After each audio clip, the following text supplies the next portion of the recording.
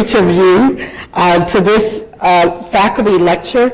It is a tradition at MTSO that when new faculty come somewhere within the next year or two of their arriving, they share their scholarship, their thinking with the community. And so this is Dr. Elaine, I'm working on her name, getting it right.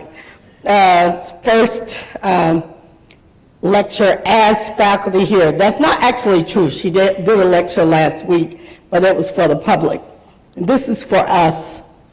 And I know there are people here who are from outside of the school, and we're glad you're here, but really this is for us. So, so we're really glad you're here and getting to listen on a family conversation.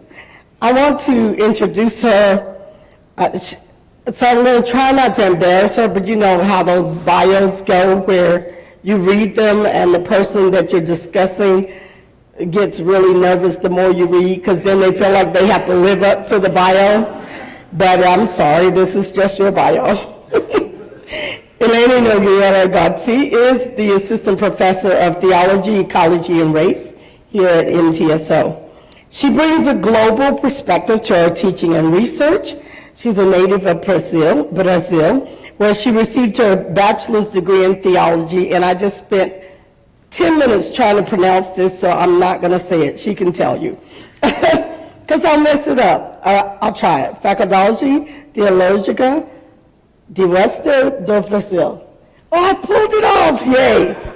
Okay. She earned a master's and PhD in religious studies. This is a lot easier to say, from the University of Cape Town. At the University of Cape Town, she served as managing editor for the Journal for the Study of Religion, Nature, and Culture, and research manager of the Institute for Comparative Religion in South Africa. She serves on the board of the International Society for the Study of Religion, Nature, and Culture. She is one of the co-chairs of the Women's Caucus, the Joint Women's Caucus for the American Academy of Religion and the Society for Biblical Literature. From 2000 to 2005, she served at the, here I go again, Junta de Messias, I messed it up. Okay, she'll tell you. In Rio de Janeiro, doing missionary work with the Angolan and Mozambican refugees. It's not because I'm not trying to get it right, because I think it's important to pronounce things right. In 2016, she was appointed postdoctoral research fellow at the University of Johannesburg. She has over 15 years of teaching experience, having taught at both of her alma maters. She has written extensively on the intersection of ecology, race, gender, and theology, and published various journal articles. She currently is editing her PhD dissertation titled The Ecofeminist Theology of Elaine Nogueira into a book. She is completing a chapter titled Pedagogy of she can say this too, Decoloniality, Teaching and Learning in the Intersection of Race, Ecology, and Theology for an edited peer-reviewed volume. In July, the Global Church Project named Dr. Nogueira-Godsey one of the 18 Latin American female theologians you should know about. And I agree with them. She wants me also to tell you that she is the mother of Natalia and Lucas. Wave, Lucas. Natalia didn't have to be told to wave. And the spouse of Dr. Trad Nogueira-Godsey, who we know as the phenomenal writing instructor and current adjunct of interreligious studies. Please welcome with me Dr. Elaine.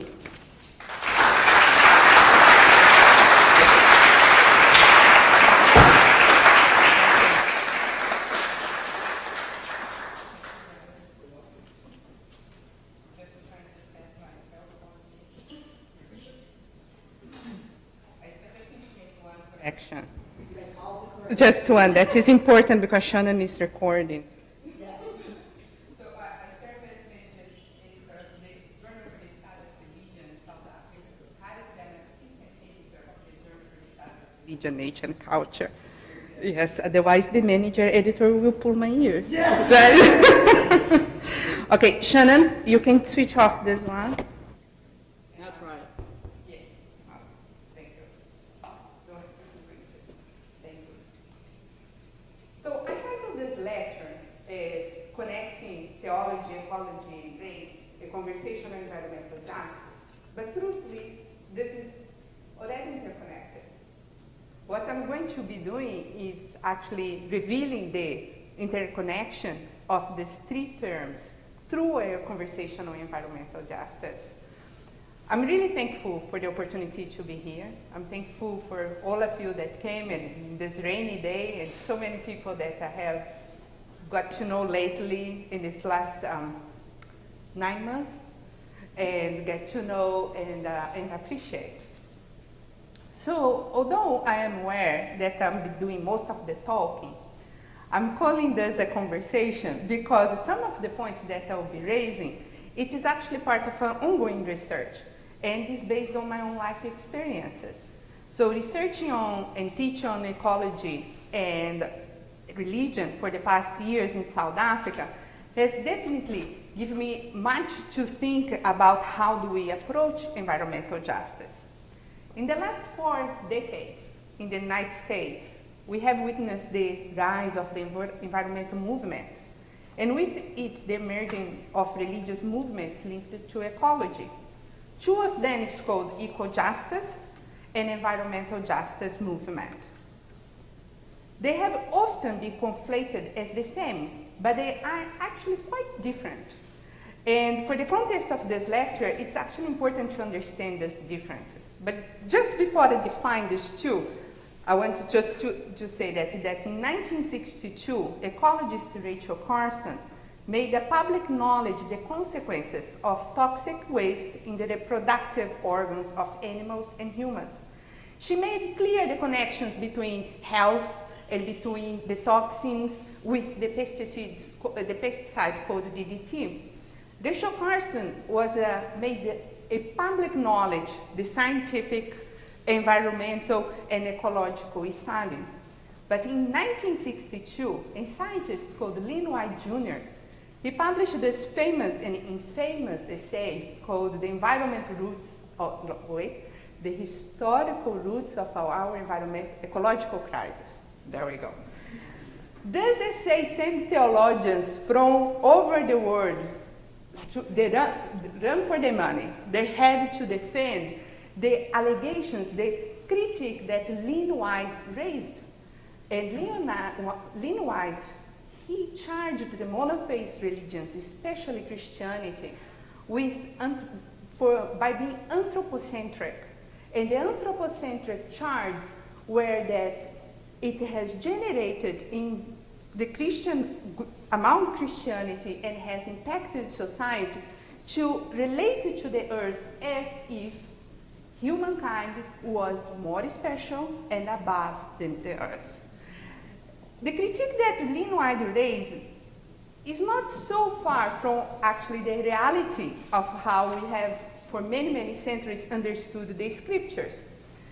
But broadly speaking, it definitely called many theologians to think about what does it mean to be a theologian, what does it mean to be a human, and how do we approach the earth. So, broadly speaking, eco-justice started as a movement in the 70s among North Americans and European theologians and ethicists. Almost all Christians, they were concerned with raising this on the one hand, responding to Elaine White, and on the second hand, to express this form of spirituality that would ground Christians to have a fair relationship with the earth. So the eco-justice movement, or eco-theology, it became very much concerned with developing this holistic understanding between humanity and between the earth that wouldn't be based in the idea of domination or of ruling each other, but based on the idea of stewardship and community. In parallel with the movement, with the environmental justice, with the eco-justice movement, with the environment movement, there was a third movement that emerged formally during the 80s. This movement is called environmental justice movement, and it took place during the 80s. And I say formally because, of course, there was many other people who had worked with environmental justice before, but something happened in '78 that really made it public national knowledge about the connection between race and ecology. In '78, a highly toxic chemical was illegally dumped along 240 miles of rural highway in North Carolina on former agricultural land in the Warren County. This is a predominantly black part of the state. The local community was outraged and organized a campaign of opposition, largely based in two churches, one Baptist and the other the United Church of Christ. As I said, this was not the first time that toxic dumping had been protested in the United States by religious movements. But the catalyst for this group as a national movement is what really organized and established the environmental justice. The UCC became institutionally involved in the struggle of the Warren County in '82. When the church leaders began the protest, the Commission of Racial Justice also became involved in a survey of every registered toxic waste facility in the United States, placed in geographical correlation to local racial demographics. This survey led to the watershed document, first published in '87 and then '94, again in 2007, called Toxic Waste and Race. The spread of this survey dealt with the connections between race and environmental pollution, and the results were disturbing. Even when socioeconomic factors are considered, race is the most statistically significant predictor in the setting of hazardous waste. The UCC document with the environmental justice movement defined that environmental injustice is not simply a matter of outcome of polluting industries, but is part of a deeply ingrained structure that affects a multiplicity of daily decisions, significantly limiting the opposition of the poorer, blacker neighborhoods to the advance of wealthier white population.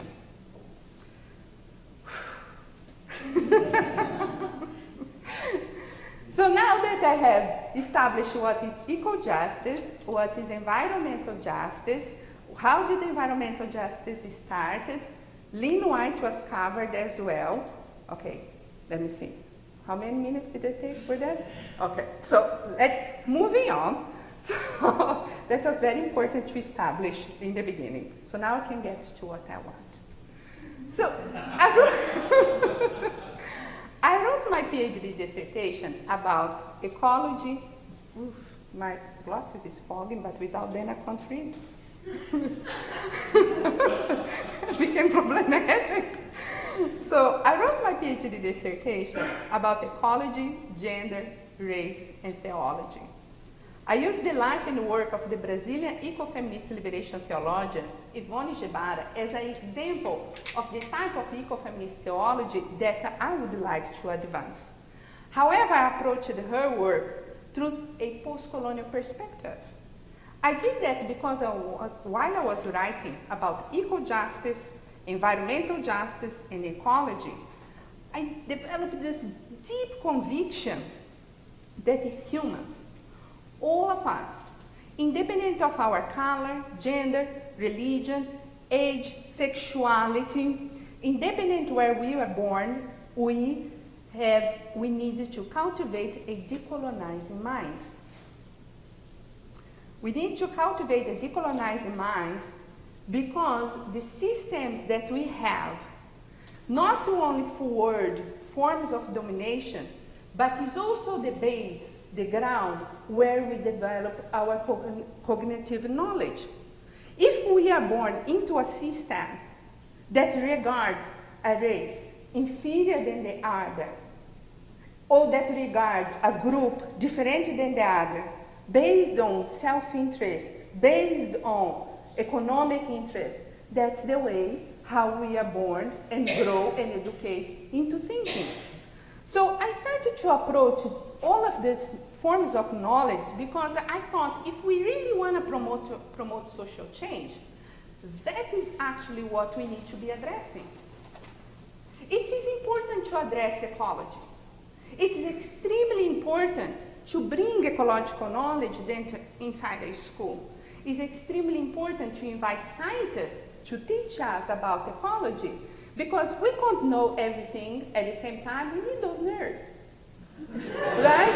They need to explain to us what is the carbon, what is the problem with the carbon footprint, how is the heat getting trapped in the ozone, what is it in English? In the ozone layer, right?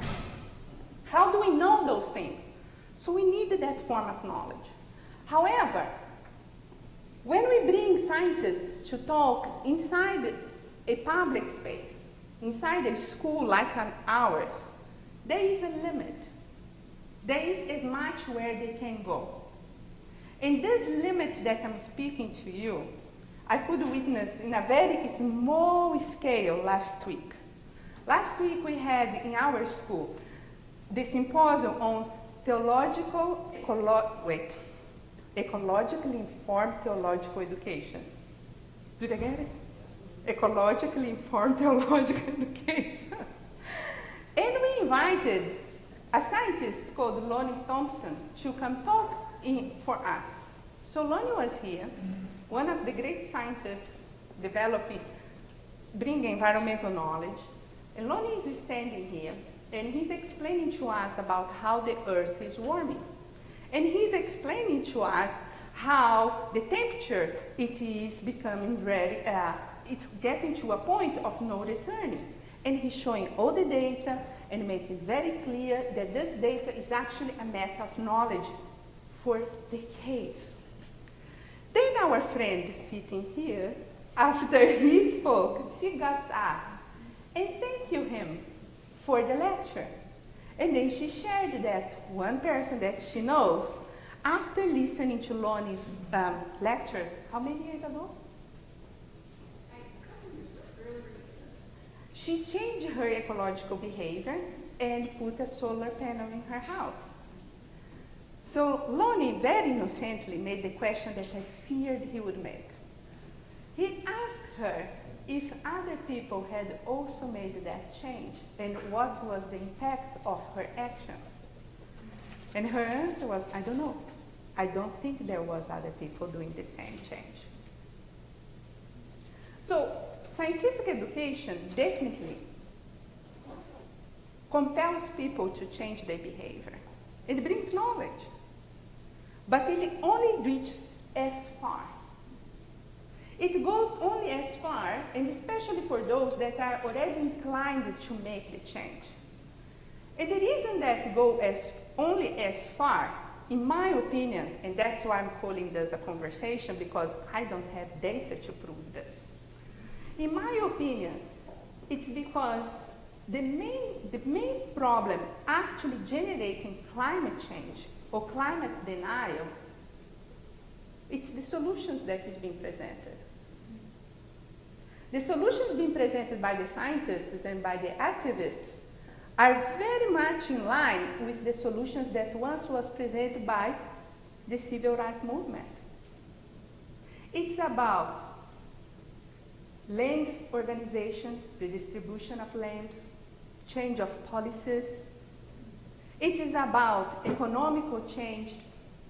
But if there is something that one or two that civil rights movement know well is that it wasn't very easy to put that, to make people hear that and actually put that in practice. The environmental justice movement and the ecologists are saying very similar things. They're saying we need a new economic system. Capitalism is not working. We need to change the way how we consume energy. We need to change the way how our houses is constructed. We need to change the way how our values are put in place. So the problem, besides of being at solutions, it's people's value. And there is where scientists stop. They can give you data, they can give you the reality, but it's a little bit difficult for them to talk to you one-on-one about ethics and values and how to promote justice in those terms. And there is where social science enters. We have psychologists, we have sociologists, and we have theologians. We have those studying the human behavior in a ways that they can speak to people and promote forms of justice. But there is this very interesting phenomenon that I have been observing. When people are interested in promoting social justice, in connection with environmental justice, a lot of them enter in conversation with the environmental justice movement. And they started to use the data that is out there, and if you Google the data by the UCC, the race and toxic waste, you're going to see this huge data. They start to use this data as example for climate change. So I have been several lectures that the scientists are saying, or social scientists are saying, well, the climate is changing, and here is the proof. And then it showed the map of the global south, of the colonized countries, and by showing that map, it started to say, those are the places that is going to be first impacted. And when they don't show that map, they might pull the UCC report and say, in the United States, those are the places that is being impacted. So the conversation is, look how these people are suffering. Look how difficult these people is having. And instead of entering in conversation with the people and promoting justice as the environmental justice is asking for, it is actually objectifying the people, developing this form of pity. Poor them. So a lot of scientists, they are aware that they need the system of social science to impact on people's values, to change people's values. They are starting to do this. There is letters in Religion and Ecology, there is letters of scientists that wrote asking for religious leaders' help. However, when the conversation enters, especially with those that have religious values, the appeal is to develop empathy with those that have been oppressed. Come on, let's change the way how you consume. Let's change the way how your house is structured, because the way how you're doing this, it's actually impacting the South. It's actually impacting people of color. The problem here is two. One, the global South is too far. Where people of color live is also not around the nice suburbs. People don't go there, do they? So that reality becomes very far. There is this data that most Americans that believe in the climate change and know that is real, they don't believe that they will be impacted by climate change.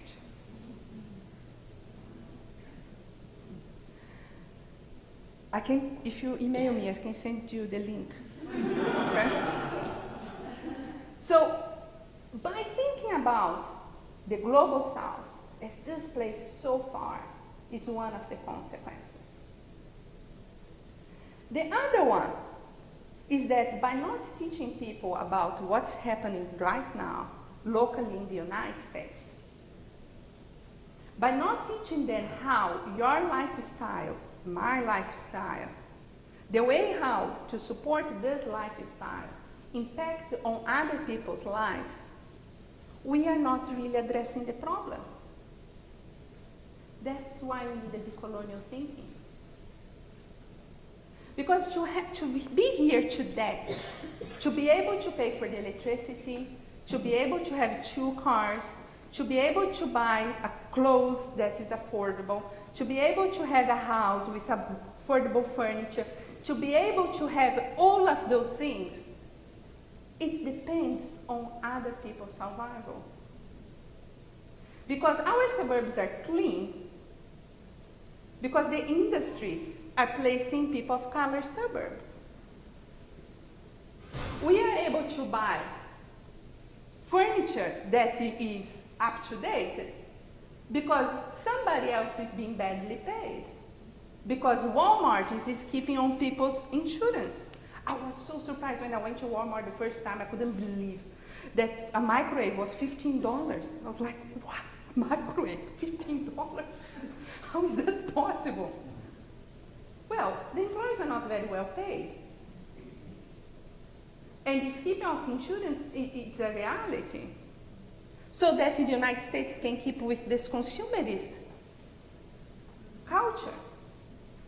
So the problem, the real problem of climate change or climate denials, in my opinion, is not science. It's not that they can't understand science. People are not that stupid. The data is there. It's solid. If you download the NASA's data about the change on the heating, it's very clear. Anyone can understand that. The main problem is that people are afraid to change their lifestyle. People are afraid to have to go back to the way how my grandmother used to live. They are afraid to have a stove where maybe they have to put wood. And that is what the big companies, the big factories, all those in the government who are interested to not make the change, play on. That is exactly what people say. Well, the climate changes are really like an excuse for the left so that they can reorient, they can redistribute land. There was this conference last year where it brought together Morano and all the other big climate denialists. And this reporter that was writing about the conference, she said exactly that the speakers were saying, climate change is an excuse for the left. It is an excuse to change the economic system. This is the problem with climate change.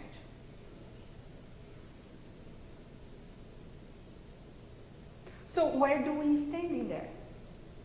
As theologians, as a school that say that we are adopting an ecological vision, how can we contribute for that?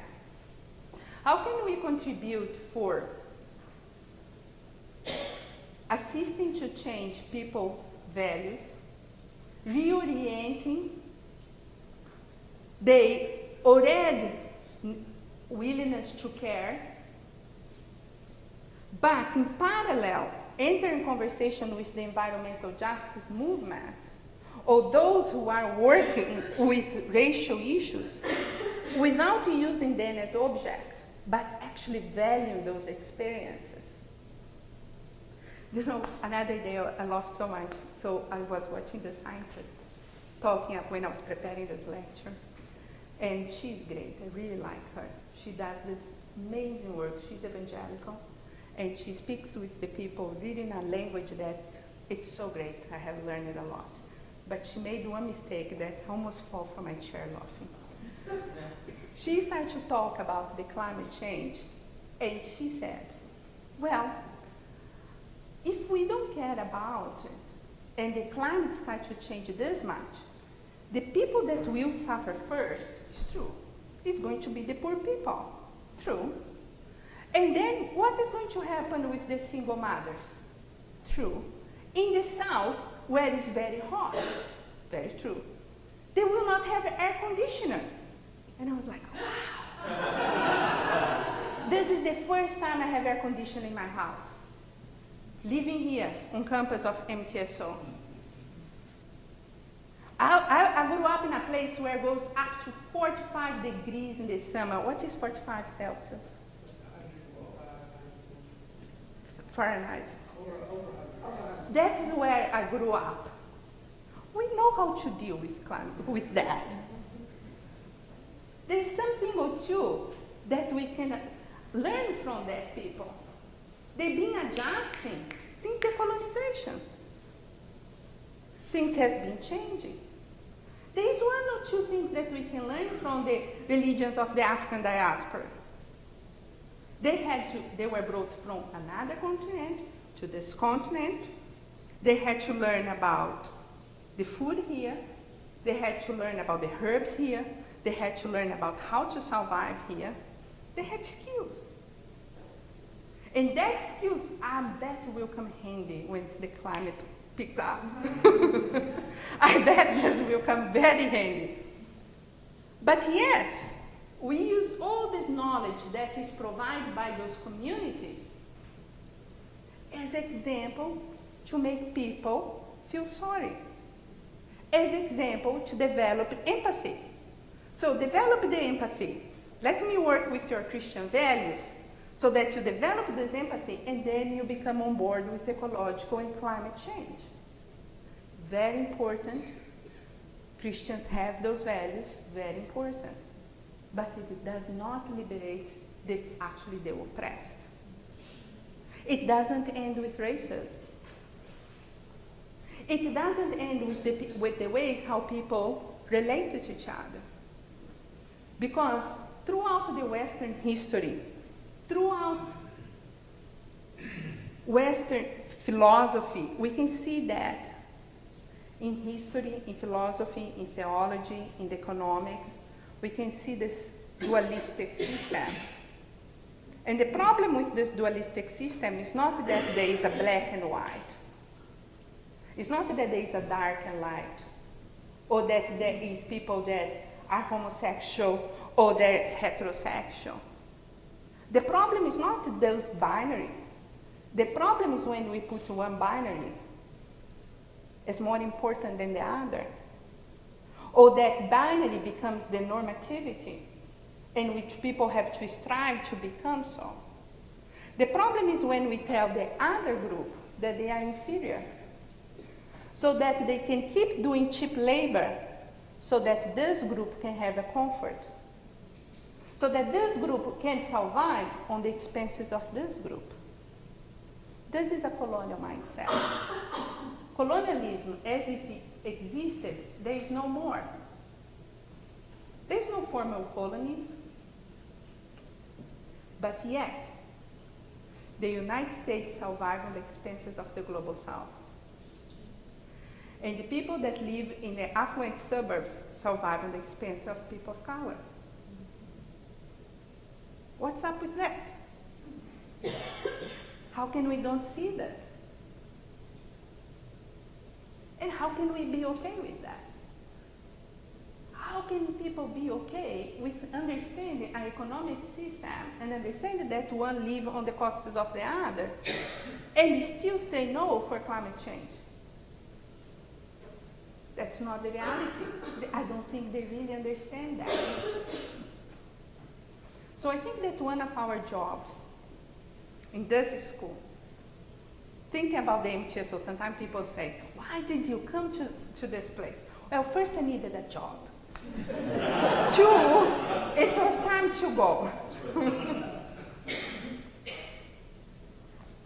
But before I decided this was the job that I want, I did a very thorough research on the school. And Tim can testify about that. Sometimes he tells me, he said, that was scary. It was. I knew what my colleagues published on. I knew the grants that they got. I knew the school's mission statement. I almost knew where the president lived. I did a very thorough research. And this is what I figured out. There's this school that is not perfect, but I'm going to use words that Dr. Bridgman used for me last week. It's not perfect, but it's a witness. that change can happen. It stands as a witness that there is another way. And this other way is a starter. We started. It's still a lot to develop. But what is it that we started? We started with a farm. Why does farm bring social justice or environmental justice? Well, to support local farmers, support local food production, it takes out of the roads the trucks that are in the interstate. It takes out from the road, from this economic global system, to buy strawberries from Kroger, even though it's not time for strawberries, that come from somewhere else, which somebody else had to work for very long hours and very cheap labor so that I could have that strawberry. That small local system, that small economic system, it works as a witness that we can change. That we don't have to be, that things that doesn't have to be the way how they are. We can grow even more on that. We could start with a culture of sharing. I don't know how many people here has vacuum machine in their house. I have. I live on campus. I have a vacuum machine. I use it once per week. My neighbor doesn't have to buy another vacuum machine. He could just use my vacuum machine. We can start with that. It can be our currency. My daughter, she works like doing babysitting for a bunch of people here. People could do something else for her, and that becomes the currency. I know. Exactly. Take my money out of the way. But let me use my daughter's offering as currency for something else. That's very slavery. We could develop a safe space for our kids to play. Right? We can do so much more. And that is why I came here. Because it's a starting. It is starting. So what do we teach in our classrooms? How do we teach about race? How do we teach about ecology? How do we teach about gender? How do we teach about sexuality? How do we teach about class? Theology has, in our times, this huge volume of scholars working with ecology, with ecofeminist theology from a queer postcolonial perspective. There is, if you want to email me, I sent you. There is so much to offer in our time, but yet how are we approaching? Valerie, how much time do I still have? Who has a watch? 7:45. So it goes until 8, right? With some time. Okay. So I'm going to stop now, but just giving this. I showed this last week in the symposium, and I like this so much. This was an artist called Kate Morales. She lives in Atlanta. She made this drawing, and I told her that I was going to use this as the cover for my first book. So you cannot take it. Copyright here. I like this so much because this is how I envision a society. This is my utopic dream. This is what I want for MTSO. It is this culture. I learned with them about mycelium. So mycelium is these mushrooms that live under the soil. So you see, she does grow here the mycelium. And the mycelium is responsible to connect the roots of the plants. And when one tree or one plant is going low in mineral or something else, the myceliums connect with the other ones and bring this so that they can survive collectively. So she wrote here, the magic is underground. I like that even more because I come from a liberation theological perspective. A luta continua. So the survival of the symbiotic, the survival of of this reality, it reminds me deeply about this old drawing. Have you seen this? So equality doesn't mean justice. So this is equality, this is justice. So have you seen this one? This one I saw not long ago. So the person redefined here said that no, actually equity is the one that will help people in the ways how they are needed. Justice is when you remove all these problems, when the systemic are removed and people can watch without the barriers. I especially like that they put Brazilian soccer players there. Thank you for listening to my thoughts. Thank you for listening to this whole thing that I'm trying to put together. It's not always well received. Some of my colleagues say, well, we talk too much about justice and not too much about ecology. Some others say you talk too much about ecology and not as much about justice. You're not going to always make people happy. Thank you, and